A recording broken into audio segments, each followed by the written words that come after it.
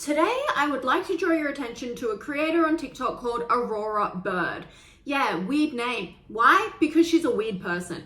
So this person, I'm saying this person, I say she, I'm not sure if she's a she. She goes by they, them. I'm pretty sure she started as a she and then transitioned to a he, but now she dresses more like a she again. So I don't know what's going on there.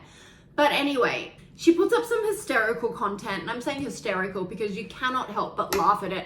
Now, if I didn't know better, I would think that it's satire, but unfortunately it's not. It's so out there, it's so extreme in terms of wokeness and ticking every box of the left. You know, this person is trans, she's disabled, she's queer, she's anti-white, she's very pro-mask. Anything on that leftist bingo card, she ticks it. That's why I think it's almost satire, because she's such a caricature of the left. But I think this is just how these people are. So she released this video on TikTok and I died. You need to take a look at some of these clips. My body, my choice means personal choices. Okay, stop it there. No, when I go out and choose not to wear a mask, I'm making a choice for myself to duck to the shops to get whatever I need without having to put on a mask, because now they've been proven that they don't actually do anything.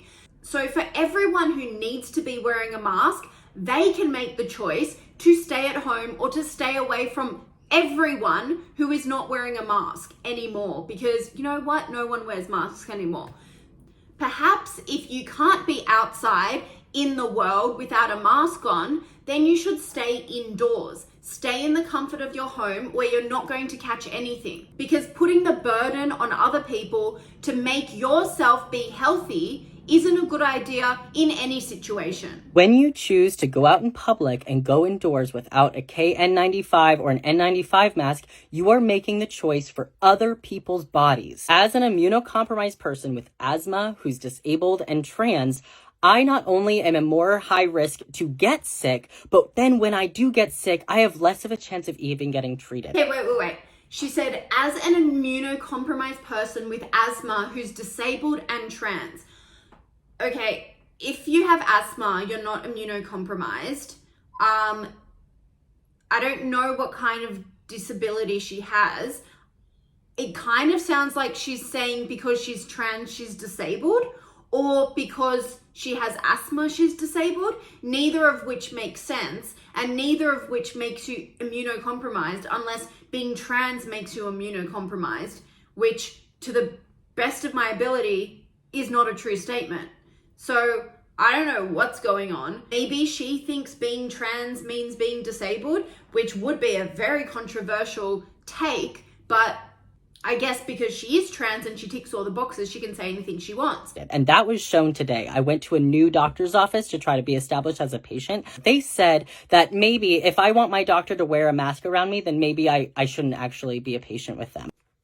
There was an immunocompromised person who was put on a psych hold in the emergency room and refused pain meds for a migraine because they were asking their doctors and the nurse practitioners to wear masks in their room because they're immunocompromised. They were told that they were being hysterical and overdramatic. We can't help the fact that we're high risk. You can help the fact that you're spreading diseases. Sorry, I'm calling bullshit on that. Never have I seen anywhere around the world an emergency department where the nurses and the doctors refuse to wear masks. I'm pretty sure that in every hospital, it's regulation and it's a rule, blanket rule, that every nurse and doctor has to wear a mask. This was even pre-COVID. Masks in a medical setting are not a COVID thing. COVID is not over. It's not like minimal either. This is major. We have people who are high risk who have been isolated for years because people just want to get back to normal. My normal is now not being able to go to the doctor because my doctor won't wear a mask around me.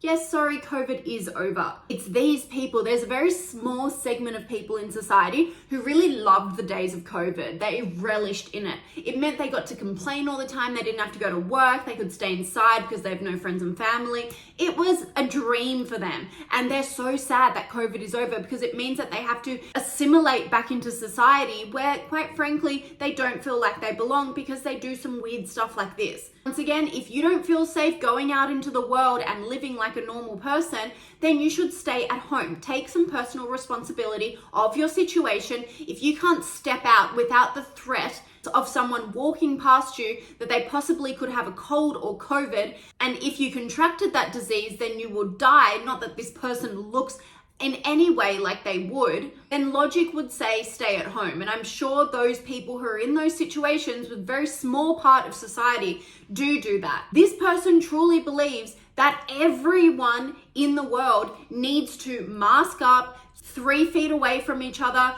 don't sit inside restaurants, don't mingle, don't talk to each other, on the off chance that they could be speaking or sitting next to or standing next to an immunocompromised person. The absolute lack of personal responsibility that these COVID warriors have absolutely astounds me. Your comfort is not more important than disabled people being able to live. She then makes the grand claim of saying, your comfort is not more important than disabled people being able to live. Oh, wow, what a martyr. I think that people who are that ill, who are under such threat that if they step out into the world, that they're at risk of dying routinely, are taking the appropriate precautions, don't you think?